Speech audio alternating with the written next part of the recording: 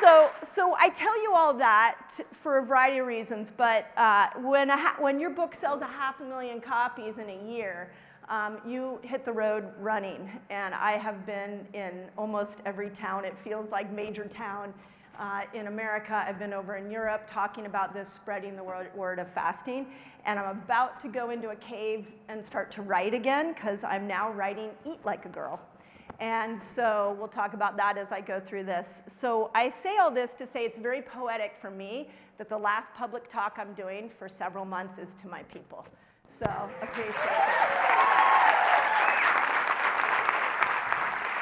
Okay, with that long intro out of the way, let's frickin' talk about fasting and why it's such an important tool. And I'm going to do it through the lens of women, because right now, whether you're aware of it or not, women are incredibly underserved in our healthcare system. They are walking in to doctors' offices. They're being given prescriptions that have been only researched on mice and on men, and nobody is looking at women's health through our hormonal lens, and that bullshit has to stop.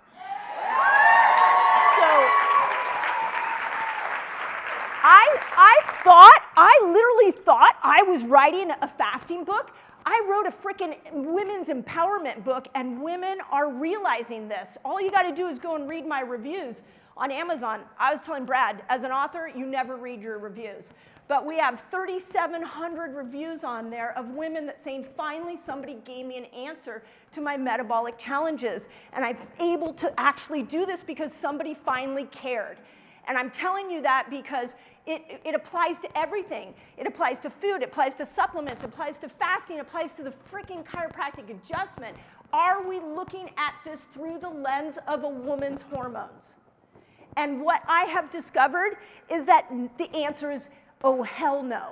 We don't, as a chiropractor who was in practice for 26 years, I never asked what time of a woman's cycle she was at. There's a part of me that wishes I can go back and like do that again, because I would have much more language to be able to teach women how important it is that we have periods of rest, and how important it is where we are going to be a lot more outgoing, and there's going to be times that we need to lean into certain foods, and there's going to be times for us to weight lift, and there's times for us to do aerobic activity. All of that should be built around our cycle. So what I'm about to show you with fasting, I want you to put your doctor brains on, and I want you to think how everything you say in your practice should be timed to a woman's cycle. And I'm going to say that this is like a huge thing for me. I'm like Brad and like many of you, like I'm a servant. I'm not here to be a guru. I'm here to serve humanity. And so I represent millions of women that I have listened to. In a world of social media where people buy followers and they buy likes, we have bought nothing. It has been organic. But what I did do is I have a team of 30 people that answer every single question on our socials. That is really hard to do. And they bring back the patterns to me, and they bring back the cries, and they bring back the frustrations that women are having. So as I am going through this, I want you to think about it not only for yourself and for all the women in your life, and we're going to talk about fasting, but I'm going to ask you that we start serving women in a different way when it comes to healthcare. And if as chiropractors,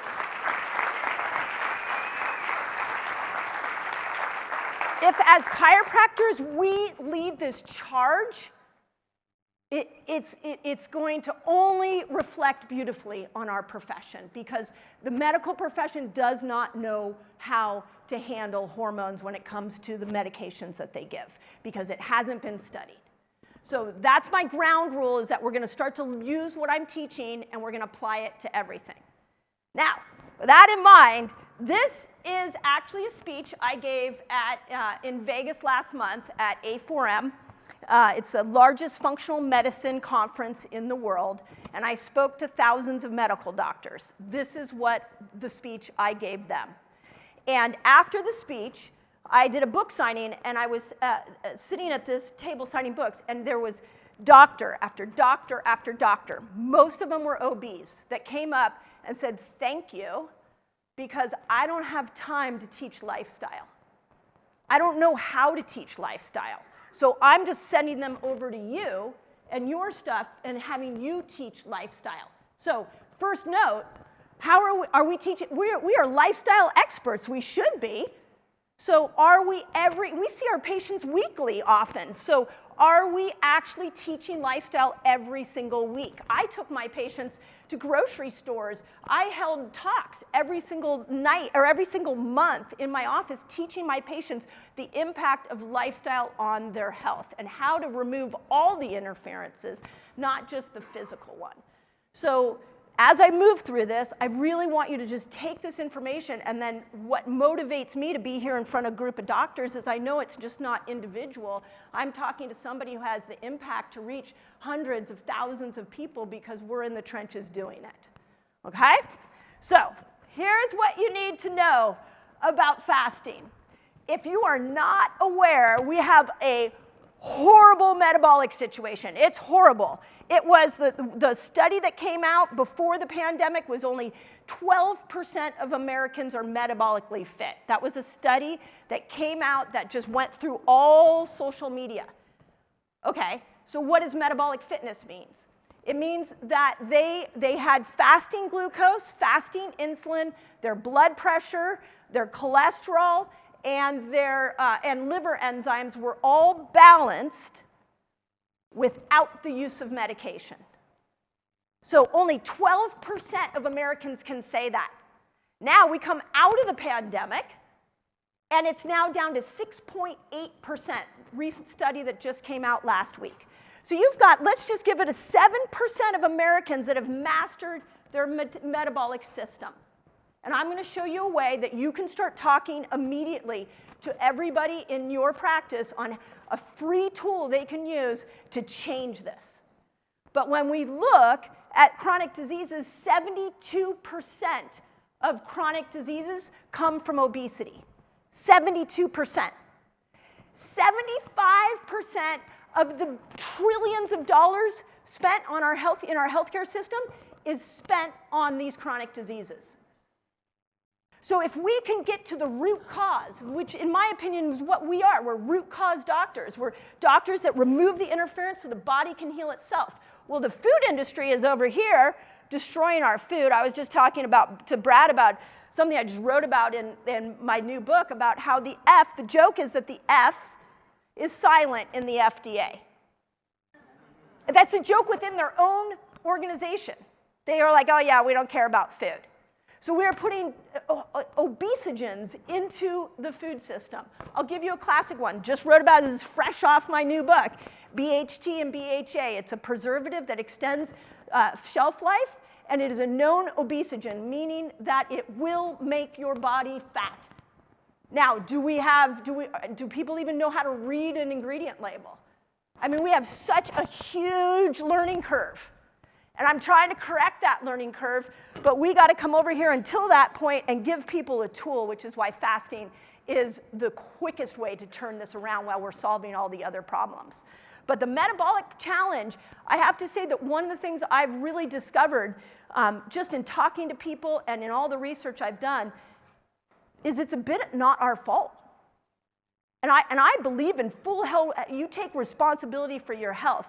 But when you can't walk into your grocery store and actually buy food that doesn't make you fat or give you cancer, we got a massive problem.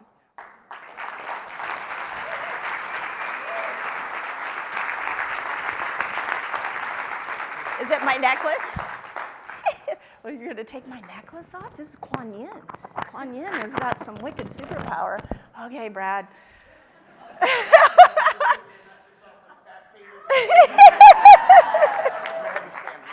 Okay, I can't walk? No, I have to walk. I have to walk.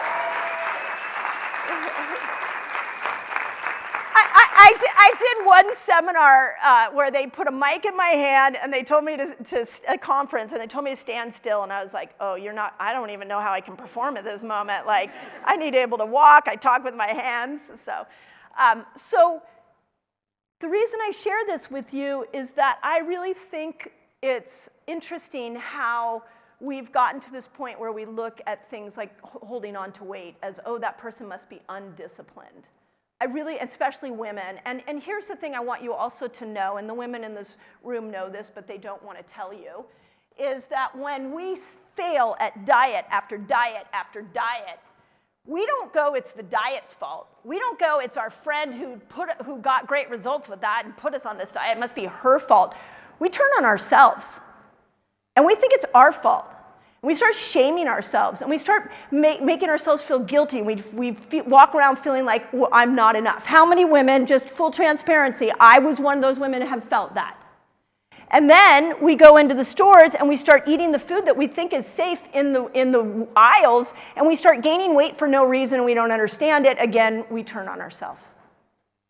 So what I discovered in this tool was that not only were people losing weight for the first time, but that they were, the pride that was coming out of them, that they finally were able to do something that let them release the weight. And a lot of the reason was because it is a strategy that works around these chemicals that are being poured into our system. So, and I'll show you why.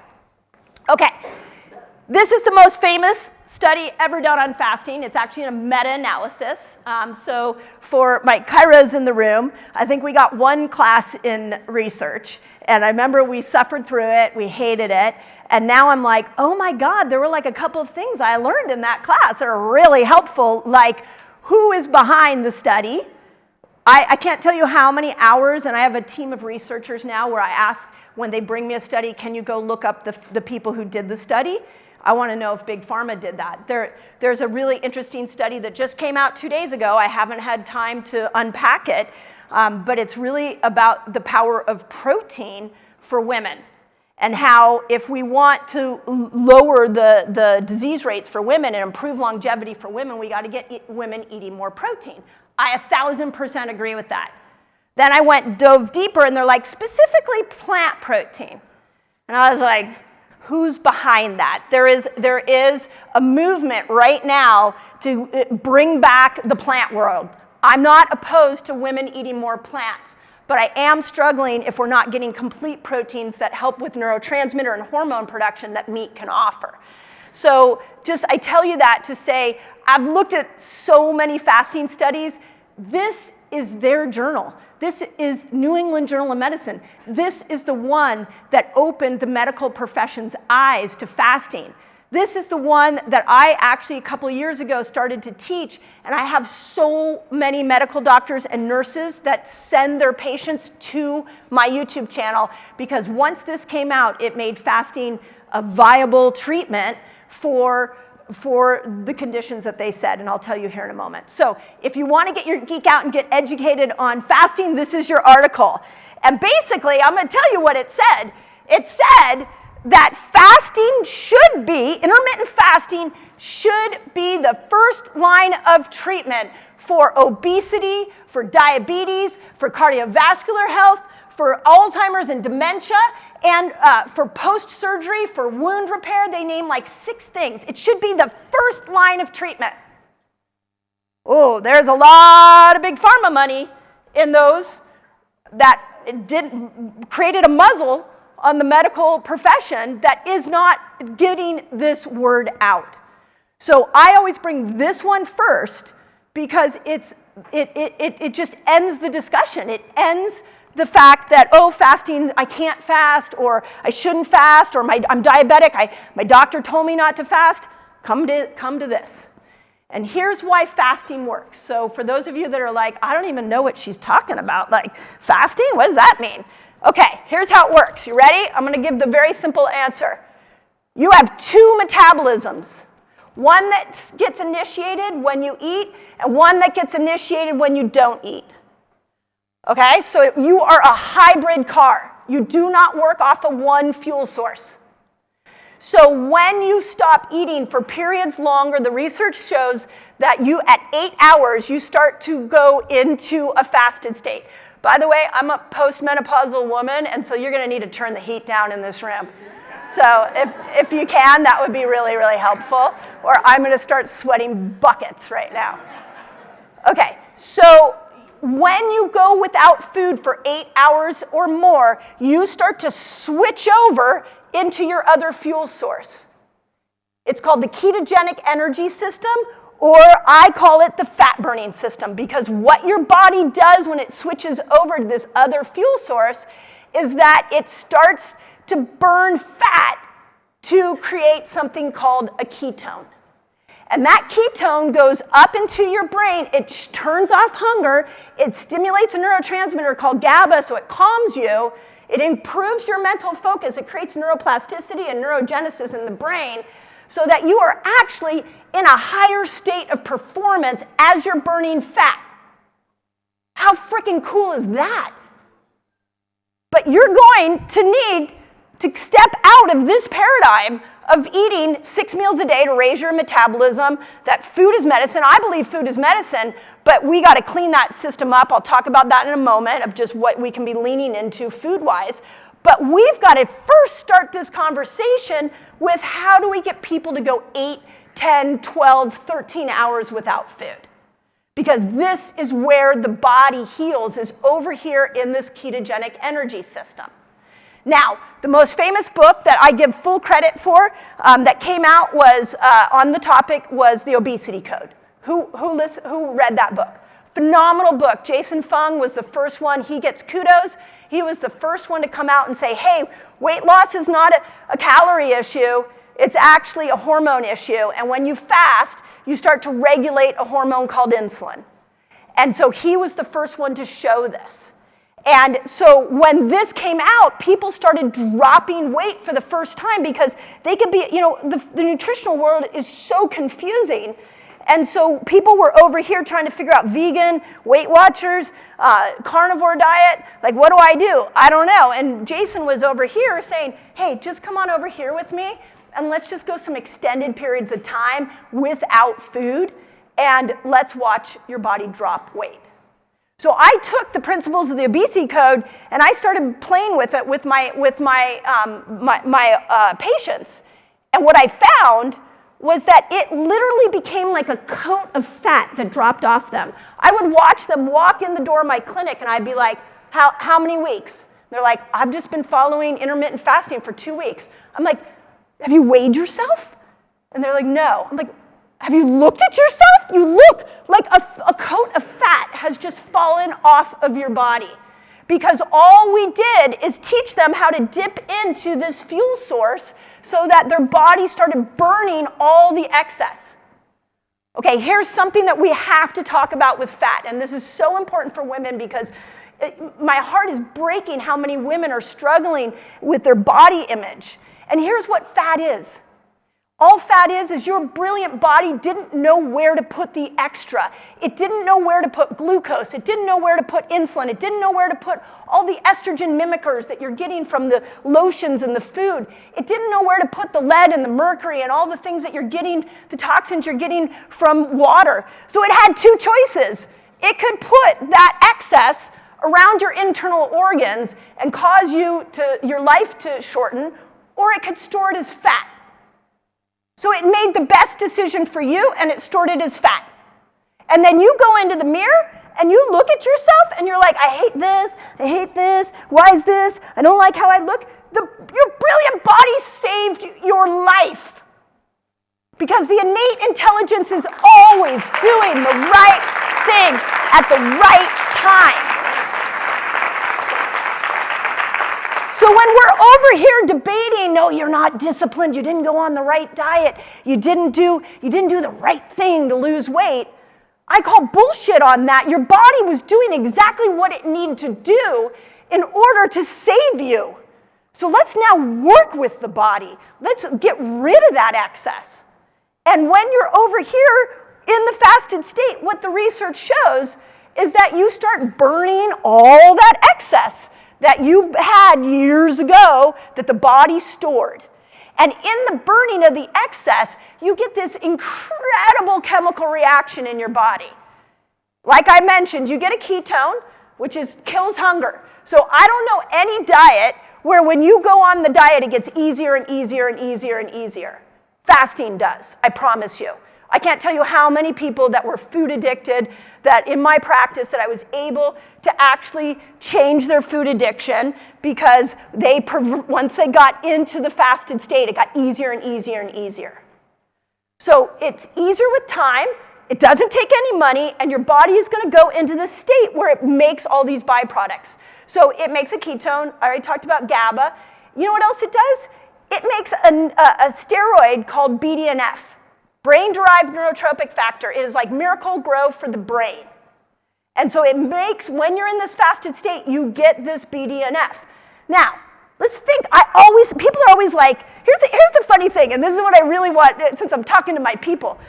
Here's what I really want you to know. People are always like, oh, you're so smart. I'm like, I'm not that smart.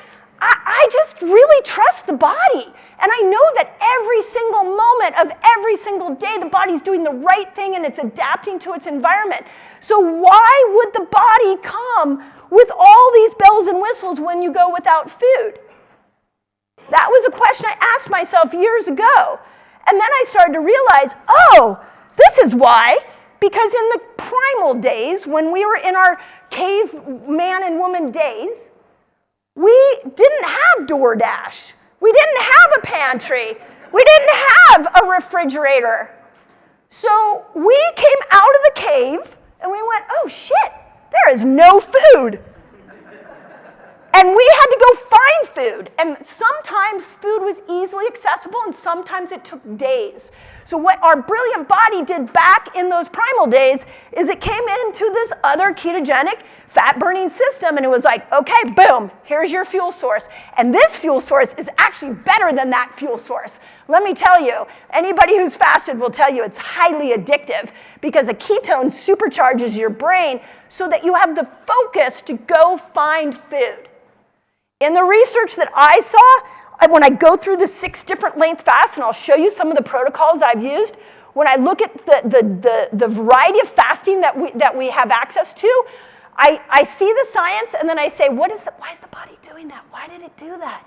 Okay, so let me walk you through the 6 different length fasts through the lens of why the body would do this. So at 15 to 17 hours without food, the blood sugar is going down, the body switches over. It makes growth hormone. Why would it make growth hormone? Growth hormone slows aging down. We gotta get some pep in you so that we can go find food. 17 hours, it stimulates autophagy. Autophagy is where the inner wisdom of the body says, hey, guess what? No food or nutrients are coming in. This cell is a weak cell. You need to be kicked out of the system. And it will actually kill the cells. It's a process called apoptosis. So if that's a cancer cell, it will kill it and get it out because it's a weak link because we got to go find food. If it's repairable, it gets in there and it's like, hey, I need to push the bacteria and the viruses out. I've got to get the DNA within the nucleus to shape up. And these mitochondria, they're a little bit lagging on making ATP, so you're going to have to fire up here and make better ATP. So at 17 hours, you've got this intelligence inside the cell that kicks in. 24 hours, the brilliant body says, oh, no food is coming in. So guess what we're going to do? We're going to change the whole inner lining of our microbiome and the gut so that when food comes in, we're ready. We're going to get nutrients. We're going to pull everything out of there so that we're ready to go once food comes in. And that happens at 24 hours. 36 hours, the brilliant body says, okay, wait, it's been a really long time without food. And this extra weight here is weighing us down. We might have to travel far now to go find food. So what it does is it burns all of the extra fat. So I call it the fat burner reset. At 48 hours, it resets your whole dopamine system. Why would it do that? It opens up new dopamine receptor sites. Why would it do that? It does that because you need to be motivated to go find more food. And at 72 hours, you get a flood of stem cells. You get a whole rebooting of your white blood cells for your immune system because it's dire now. And food we need to find, so we better be our immune system needs to be strong. We need to be motivated. We need the weak links out. We got the gut ready. It's all prepared for food. That's why those 6 length fasts work. So what we do is I've been teaching people how to and I'll go through some simple food rules, and then I, in my clinic, would dip in and out of those different length fasts depending on the healing mechanism that I wanted to stimulate. And when you do that, fasting's not meant to be done all the time. That's one of the biggest criticisms, is that it's not meant to be done all the time. Yeah, it's not. It's not meant. You should not be intermittent fasting, whether you're a man or a woman, the same way all the time. What you need to do is clean up your food system and look at dipping in and out of your fat-burning system, and the length you choose is based on the mechanism within your body that you want to be able to stimulate. It's a healing tool. And when I found that, by the way, my practice was a combination of a very principled subluxation-based practice mixed with functional medicine. We did a lot of nutrition, we did a lot of detoxing, and supplement sales were a big part of my practice. But I'm always going to the highest place of service, and when I found that this is a tool everybody could use, I was like, my supplement sales went down. So I don't care, because I gave everybody in my practice a free tool that they could use to be able to heal themselves. That is the power of fasting.